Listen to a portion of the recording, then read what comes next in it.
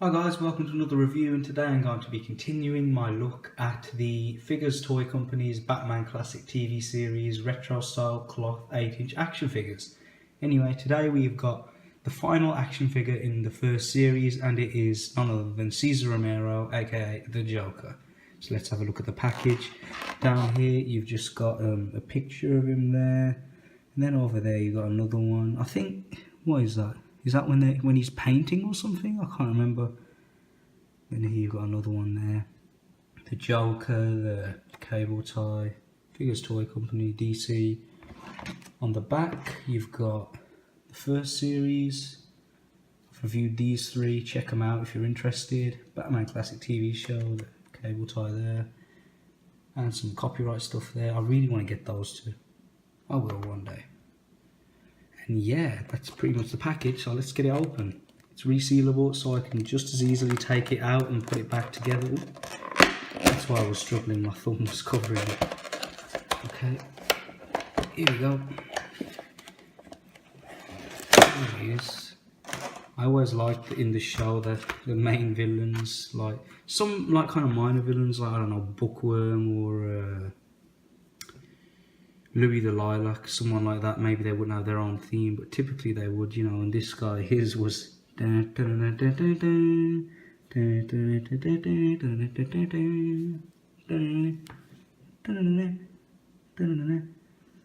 having a hard time like kind of showing off his face here, so what I did, I thought I might have an issue, so what I did was I got one of these like kind of slate what you want to call them, coasters, that's it. It's like a tile. So yeah, there you've got his face. It's a very, it looks like a really bright white on camera, but it really isn't. You've got a lovely like kind of facial expression, like muscle increases along the sides of his face. Same deal here, and along the mouth there, and on the top of his forehead here, as you can see. Let's try and zoom in a bit more. There you go, that looks a lot nicer. He's got like a funny kind of green almost on his nose. I don't know, maybe it's just a factory error. And the camera can just about make out that they did try and include his mustache. So that looks really cool as he refused to shave it. Those ruby lips with the tongue and the teeth all painted very nicely. So yeah, it's cool. Another thing to note, he has painted nostrils, which all the other figures also have from the first series, except for Robin, if memory serves. Yeah. Robin doesn't have painted nostrils. Oops, the Riddler's just fallen over on the side. Don't worry. I'm just going to lie them down for now. Anyway, yeah, I really like the head sculpt and the hair. I'm going to put that to the side as well now.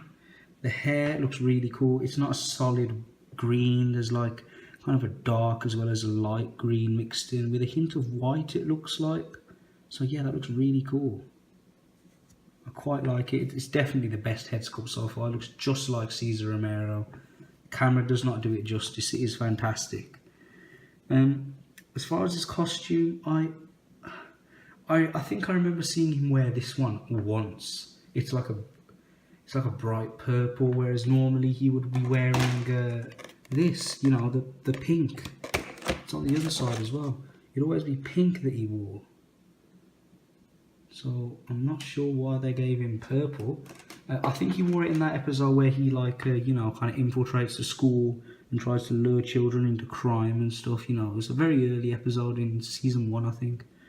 But yeah, I don't like the way they've attempted this costume. For the most part in this series they've had it all stitched together, but here, as you can see, he's got a shirt with a bit of Velcro there, his cravat, and then you've got his waistcoat, which has a bit of Velcro that goes over it there, and buttons, and then you're going to have to put this over here with, once again, another piece of Velcro, and it just looks kind of, it just makes him look really puffy, as in, you know, in his stomach, similar to the retro style Tom Baker figure. And you know, the weird thing is, he never even had it done up. I don't think he ever had it done up, so that's kind of disappointing and irritating. But yeah, you got his cravat. His cravat looks nice. They got a nice colour down for the shirt. Same issue with the collar there, it just doesn't want to stay. And I'm just going to try and sort out his cravat. And here you go, it's tucked into his trousers as well. They're not stitched either. I think they could have made this so much simpler if they tried like just stitching some fabric over top of more fabric. But oh well, I guess.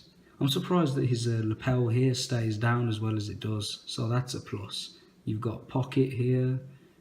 Oh, none here. Oh well. But yeah, it looks really nice. You've got some nice detail along the back with some stitch lines. The fins of his jacket look really cool. I'm glad they put them on. Purple gloves, exactly the same as the Riddler's, and they're really nice because they have a really nice kind of detail along them, representing the creases and the folds in the fabric, and that just looks awesome. You know, with all the fingers and stuff, looks really nice. Sorry, I've got a tickle in my throat. Come on, focus in. You've got pinstripe trousers, which I like. There's just something about a Joker. If he doesn't have pinstripes, I think he looks funny. I think the only time he can forego pinstripes is if he's wearing a big kind of overcoat, like I don't know what you want to call one of those coats, a trench coat, that's the word. Yeah, you know, like a Nightmare Batman style trench coat, except in purple. I think then he shouldn't have pinstripes. But it works on this as well, probably because of how long the fins are. So yeah, his trousers look really cool. And what's funny, he has little grey socks. And although that's cool, they kind of bunch up on his feet. And due to his shoes, they make it a little bit harder for him to stand. So it'd probably be a lot easier to stand him up without the socks on. And the ankle joints are also a little bit loose, so he tends to lean forward. So I bend him at the knees and kind of have him leaning back like this. It kind of gives off the impression that he's laughing, so it looks cool like that. Oops, he's fallen. Same shoes that the Riddler came with as well, if you're interested. And yeah, it's really cool. Don't know why there's a big crease in the back there. It just doesn't want to straighten out. But yeah, the Joker's articulation is the same as the others. You've got a swivel in the head, ball hinge shoulders, which are attached with elastic to other body parts. 19, well, just over 90 in the elbow with a hinge, a swivel as well as a hinge in the wrist. A really nice abdomen joint, which I'm not even going to demonstrate on this one. It'll just mess all of the clothes up, and you know, they're all positioned nicely. But if I just grab Riddler, you know, it kind of like goes to the side nicely. You can lean him up a fair bit, lean him down just a little bit. And yeah, it works pretty well. Let me just stand him up again. He fell over earlier. Here you go. Sorry, Edward. There you go. And oh yeah, I was down to his legs. They can kick forward that much. They can go out that much. Kick back that much. 90-degree bend in the elbow, in the knee, and you can hinge at the feet, but he can't swivel. So yeah, same articulation as with the others, but I find on these Batman figures that the I don't know why, but the you know, I can just lean him against that. It just occurred to me. But I don't know why, but for some reason their abdomen joints just don't work as well as others. So yeah, I'm just going to try and lean them all here. Let's just bring in the boy Blunder, as they would like to call him. And to finish it off, the pièce de résistance, or however you pronounce it, Mr. Adam West as Batman.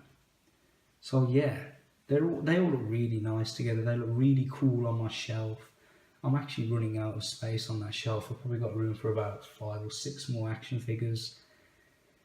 Since I've got quite a lot of Star Trek ones, I probably will try and focus on getting more of these classic Batman ones and the Mego classic style superhero ones, as I just really love this style of action figure. It's just something I find really nice, even though I wasn't around then and my action figures were made of plastic when I was growing up. There's just something I just really like about them, and I think they look awesome. Especially the head sculpts on some of them, I think they're really nice. I think if you were to give this guy some freckles and stuff like that, you could almost pass it off as a Hot Toys from a distance. I know I'm kind of pushing it a bit there, comparing this to Hot Toys, but in all fairness, I think they've done a good job with the heads on all of them. I don't have any problems, minus that small little paint error on his lip. But I'm sure that could be fixed. I'm just not that good with paint. Anyway, that concludes my look at all 4 of the first series of Batman Classic TV series action figures by Figures Toy Company. That is quite a mouthful. I hope you enjoyed the reviews. I really want to try and get some of the other ones. I'll see what I can do. Maybe they're reduced in price now or something. I don't know. Anyway, thanks for watching, guys. Take care.